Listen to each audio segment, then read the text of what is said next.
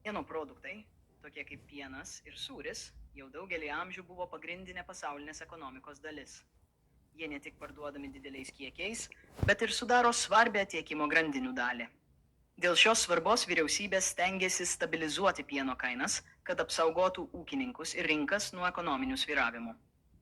1933 metų, Didžiosios depresijos metu, prezidentas Franklinas D. Rooseveltas įsteigė Commodity Credit Corporation, CCC, kuri reguliavo rinkas ir saugojo pirmojo lygmens gamintojus, tokius kaip ūkininkai.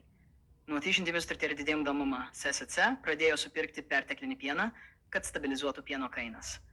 Šis perteklinis pienas buvo perdirbamas į sūrį.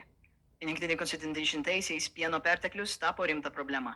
Vyriausybė pradėjo masiškai kaupti sūrį požeminėse saugyklose, tokiuose kaip urvai netoli Kansas City, kurie dėl natūraliai vėsaus klimato buvo tinkami ilgalaikiam laikymui. Iki 1980-ųjų buvo sukaupta apie 23 milijonų kg sūrio, kurio negalėjo grąžinti į rinką.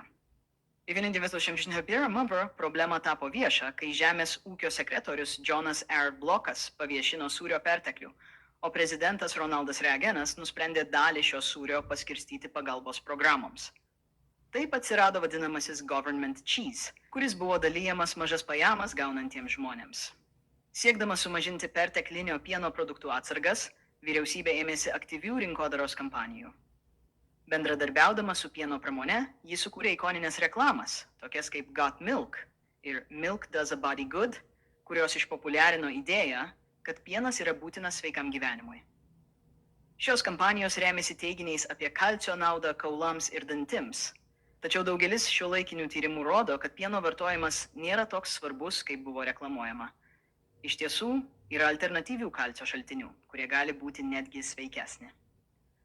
Got Milk reklama, prasidėjusi 1993 metų, tapo viena sėkmingiausių ir atpažįstamiausių rinkodaros kampanijų istorijoje. Plakatuose ir televizijos reklamose dalyvavo daugybė įžymybių.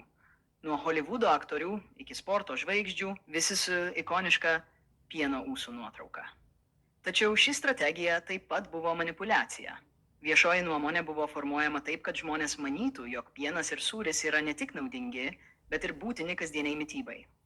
Nors reklamos buvo efektyvios parduodant pieno produktus ir mažinant jų perteklių, jos sukūrė mitą apie pieno reikšmę, kuris giliai įsitvirtino visuomenės sąmonėje. Šiandien ekspertai vis dažniau kritikuoja šią ilgalaikę rinkodaros taktiką, Rostaktiką, atskleisdami, kaip ekonominiai interesai viršijo mokslinį tikslumą. Nors vyriausybė 2014 metų sustabdė masinį pieno supirkimą, saugyklose vis dar yra daugiau nei 0,5 milijardo kilogramų sūrio. Šis sūris tapo kultūriniu fenomenu. Vieni jį prisimena su nostalgija, kiti mato jį kaip skurdo simbolį. Ši istorija atskleidžia, kaip vyriausybė bandė kontroliuoti rinkas ir užtikrinti ekonominį stabilumą, sukurdama ilgalaikį palikimą tiek ekonomikoje, tiek kultūroje.